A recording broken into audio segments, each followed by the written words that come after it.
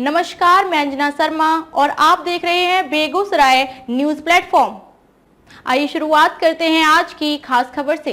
राज्य रानी express train का ठहराव न्यू बरौनी स्टेशन पर दिया गया। बेगूसराय में न्यू बरौनी स्टेशन पर आश्रित लोगों के लिए आज का दिन सुखद रहा है। आज से गाड़ी संख्या 1, 2, 5, 6, 7 एवं 1, 2, 5, 6, 8 सहरसा से पटना तक जाने वाली राज्य रानी एक्सप्रेस का ठहराव न्यू बरौनी स्टेशन पर दे दिया गया है। गौरतलब है कि उक्त ट्रेन के ठहराव के लिए स्थानीय लोगों के द्वारा लगातार मांग की जा रही थी और इस संबंध में केंद्रीय मंत्री गिरिराज सिंह एवं राज्यसभा सांसद से लोगों ने कई बार गुहार भी लगाई थी। दोनों ही सांसदों के प्रयास से उक्त ट्रेन का न्यू बरौनी स्टेशन पर ठहराव दिया गया है, जिसको लेकर स्थानीय लोगों में काफी खुशी देखी जा रही है। रेलवे द्वारा आज एक कार्यक्रम आयोजित कर विधिवत इस ट्रेन के ठहराव के बाद केंद्रीय मंत्री गिरिराज सिंह एवं राज्यसभा सांसद राकेश सिन्हा ने संयुक्त रूप से हरी झंडी दिखाकर ट्रेन को पटना के लिए रवाना किया। मुख्यमंत्री जी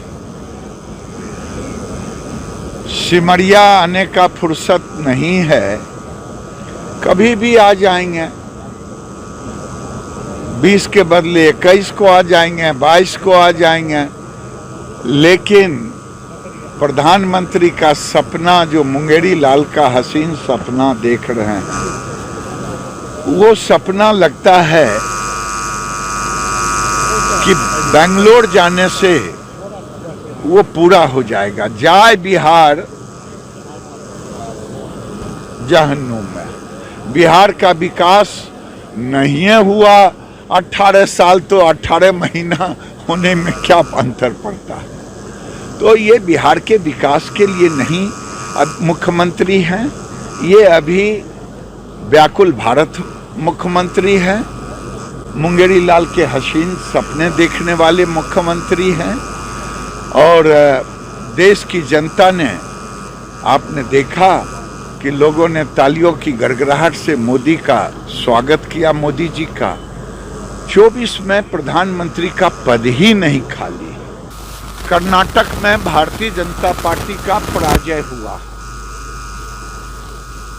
आंकड़े देखेंगे तो भारतीय जनता पार्टी को जितना वोट मिला था, मत मिला था, लगभग हमें मत मिला है।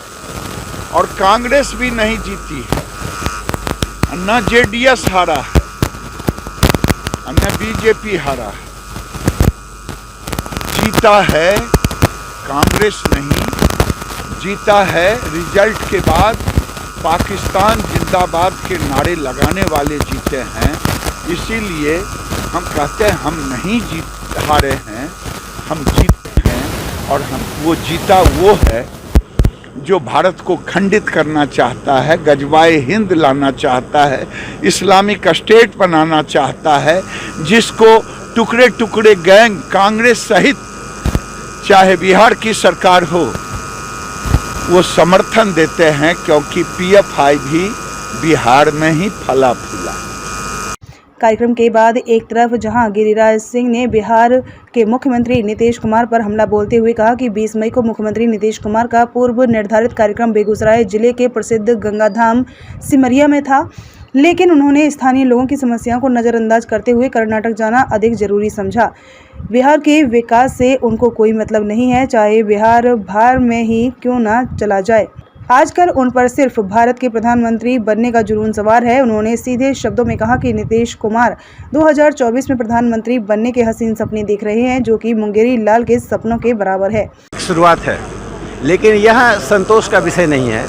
बेगूसराय बरौनी को सीधे नई दिल्ली से, कोलकाता से, चेन्नई से, बेंगलोर से, पुणे से, सभी महानगरों से जोड़ना आवश्यक इसलिए है कि जैसे विशाखापत्तनम सभी जगह से जुड़ा हुआ है, चेन्नई जुड़ा हुआ है, तो बिहार की औद्योगिक राजधानी बरौनी बेगूसराय है।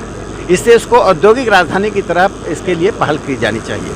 एक ही मंच पर रहें, एक ही संसद में बैठते हैं, ये हर समय वो मंत्री जी हैं, मंत्री जी के रूप में काम करते हैं। मैं सांसद हूँ, सांसद के रूप में काम करता हूँ। वो संसद में सवाल नहीं पूछ सकते हैं, वो जवाब दे सकते हैं। मैं सवाल पूछता हूँ, वो जवाब देते हैं। इसलिए हम सभी एक परिवार के सदस्य हैं। मैं इतना ही कहना चाहूँगा कि बेगूसराय बरौनी को हम उस सपने को साकार करेंगे। जय श्री बाबू और दिनकर जी का नाम जुड़ा हुआ है। यह बेगूसराय बरौनी हिंदुस्तान के नक्शे पर नंबर 1 शहर के महानगर के रूप में होगा। हम बेगूसराय में मेट्रो चलाने की मांग कर रहे हैं। मुझे उम्मीद है कि अगले 2 साल में बेगूसराय में मेट्रो के निर्माण का भी कार्य शुरू हो जाएगा। देखिए, मुझे लगता है कि धर्म और राजनीति को नहीं जोड़ना चाहिए। भारत एक अध्यात्म केंद्रित देश है। अध्यात्म में अलग अलग रूप रंग होते हैं। जिसको मन है किसी बाबा किसी धर्म स्थान पर जाए, लेकिन किसी को दूसरे का विरोध करने का भी अधिकार नहीं है। जो लोग उनका विरोध किए वे उन बातों का विरोध क्यों नहीं करते हैं जब कोई मजलिस होती है। बागेश्वर बाबा का विरोध उनको नहीं जाना है, नहीं जाएं। यहाँ इस देश में नास्तिकों को भी जगह है, आस्तिकों को भी जगह है। यह देश ऐसा है कि 1931 के सेंसस में 900 लोगों ने यह लिखाया था कोई नास्तिक है। तो जिस देश में सबको समान अधिकार प्राप्त है, सम्मान प्राप्त है, उस देश में तुष्टीकरण की नीति नहीं होनी चाहिए। बागेश्वर बाबा आए, आगे और भी धार्मिक नेता आएंगे। लोग प्रवचन सुनते हैं। प्रवचन को राजनीतिक भाषणों से और धर्म को राजनीति से नहीं जोड़ना चाहिए। हिंदू राष्ट्र राजनीतिक बात नहीं है। हिंदू राष्ट्र is an adjective not an objective. Hindu राष्ट्र एक इस देश का विशेषण है। भारत की सभ्यता और संस्कृति को हिंदू राष्ट्र के रूप में ही अभिव्यक्त किया जा सकता है। यह एक सांप्रदायिक अवधारणा नहीं है। ये थियोक्रेटिक यानी धार्मिक अवधारणा नहीं है। वेद, पुराण, महाभारत, रामायण को यदि आप हटा दें और याज्ञवल्क्य को हटा दें तो आप भारत में क्या बचेगा।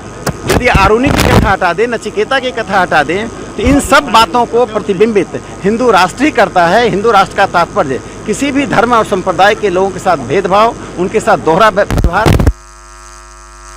वहीं राज्यसभा सांसद राकेश सिन्हा ने भी ट्रेन ठहराव के बाद स्थानीय लोगों को बधाइयां दी एवं सरकार पर चोट करते हुए कहा कि भारत लोकतांत्रिक देश है और यहां सबों को अपनी अपनी बात रखने का अधिकार है। आज सनातन धर्म की बात करने वाले बागेश्वर बाबा के आने के बाद विरोधियों के द्वारा लगातार सवाल खड़े किए गए जो कहीं से भी उचित नहीं है। आज जो बागेश्वर बाबा का विरोध किए हैं उनकी धर्म निरपेक्षता उस वक्त कहाँ चली जाती है जब कहीं मजलिस होती है और उसमें वही लोग शरीक भी होते हैं। जहां तक सनातन धर्म और हिंदू राष्ट्र की बात है तो यह बाबा बागेश्वर की मांग नहीं है बल्कि हर एक भारतीय का नैतिक अधिकार है।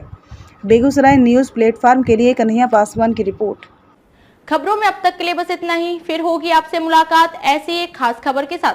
तब तक के लिए नमस्कार और देखते रहिए बेगूसराय न्यूज़ प्लेटफॉर्म।